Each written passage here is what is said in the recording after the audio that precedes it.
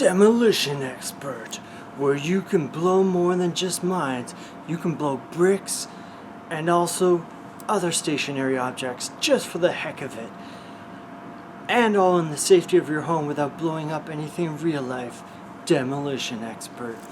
And that's this game, and you can choose from blowing up stones, bricks, steel, with all the specialized explosives you need to blow these textures up.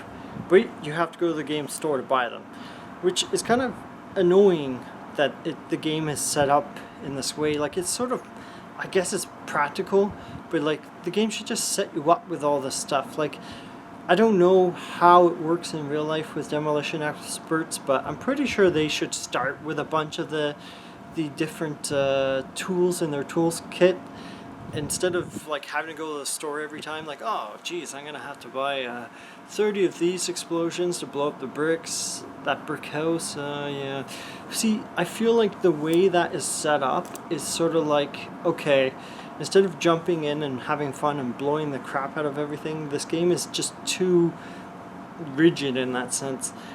And yeah, the game's menu is fairly basic. It makes sense on how to navigate it, but it's not as user-friendly as I feel like it should have been.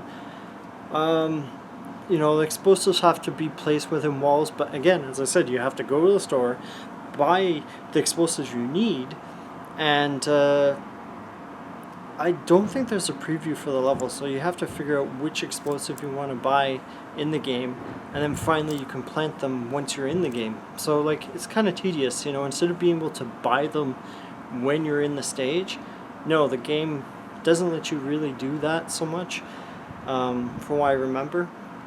So the first time I was able to get into the game, I managed to explode like destroy the half-destroyed tower, and then the game's controls became unresponsive, which is really weird. This isn't a Unity game, but that's the sort of thing that happened to me in the past with Unity games. I guess they hadn't ironed out all the bugs. So anyways, I had no choice. I couldn't play anymore. I had to quit the game, and then I reloaded the game, and it lasted longer, and was able to complete even a few missions by destroying the buildings in each mission. So then I pretty much hit a wall, but it wasn't a wall. It was a metaphorical wall. I tried to blow up, the steel girder, and the explosives, like, I didn't see any of the necessary equipment. So I even went over to like the one YouTube video I found that someone had made about this game, which is pretty funny. Like, instead of being able to figure out how to do it in the game, I literally had to go to some random guy. I don't know where he was located in the world. I think he was Brazilian, and he said he had a review, and I thought, okay, maybe someone else has had problems playing this game too. No, his YouTube video said it was a review, but it was just the dude playing the game. So somehow he got it to work. Yet when I tried to put explosives on the steel girder, the game wouldn't accept it. So like, these are just a few weird glitches that just shouldn't happen when you're trying to play a game. You know, you're just starting the game and it's already being funky like that. Yeah, so I couldn't find any of the right steel explosives to blow it up. And then I think he managed to use like brick explosives on a steel girder. I think that's what he did. So the game just feels very sadistic in that sense. Like, you don't start with any explosives, which makes no sense. Like, if you're a demolitions expert, you think that you would have enough experience to have all of these explosives at your disposal, right? Like, you wouldn't just have to go to the store every time, like go down to Walmart or Home Depot and buy a few explosives wherever they buy them from. I guess they get it from... Anyways. But yeah, it doesn't make sense the way that the game is set up. It's very user-friendly. The fact that it won't let you set explosives or suddenly move, which happened to me. I couldn't suddenly move for no reason. It's like 10% fun. Like, ultimately, this game is, as I said, it's sadistic. It's like 10% fun. because you set up like 10 explosives, so you spend like 5 minutes doing that because you have to drill holes using the hand drill, into where you're going to explode, put the detonation devices, and then after you spent that 5 minutes or so putting them all in, making sure that you're going to blow up the whole building, because if you don't put enough explosives, it'll take like a 1/8 of the building away, and that's it. And then there's like 2 seconds of fun when the building or structure explodes. So it's like, yeah, there's an explosion. Yeah, it looks acceptable, I guess. Kind of acceptable, but it's not like super exciting. Like, you expect a game called Demolition Expert, you expect that to be super exciting. Like, oh, when you set off the detonation, boom, amazing. No, it's not like that. It's just like, boom, oh, the bricks slid off the house. Or like, the bricks like sort of tumble lazily. That's sort of what happens. It's like, it's not an exciting event like it should be. It should be like climatic, but it's not. It's just, it happens. It just happens. The explosions just happen.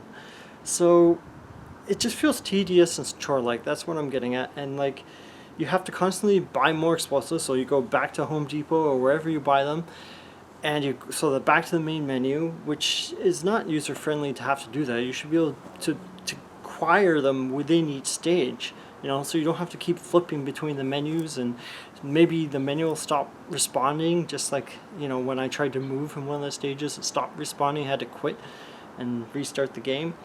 So you set them up, you explode them, and then repeat. Like, it's not fun. For a game that should be fun, it's called Demolition Expert.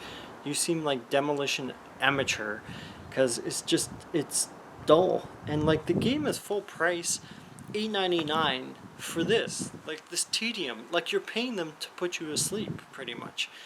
And it only came out last year. Like, this game looks like it was designed like 10 or 20 years ago, and it came out last year.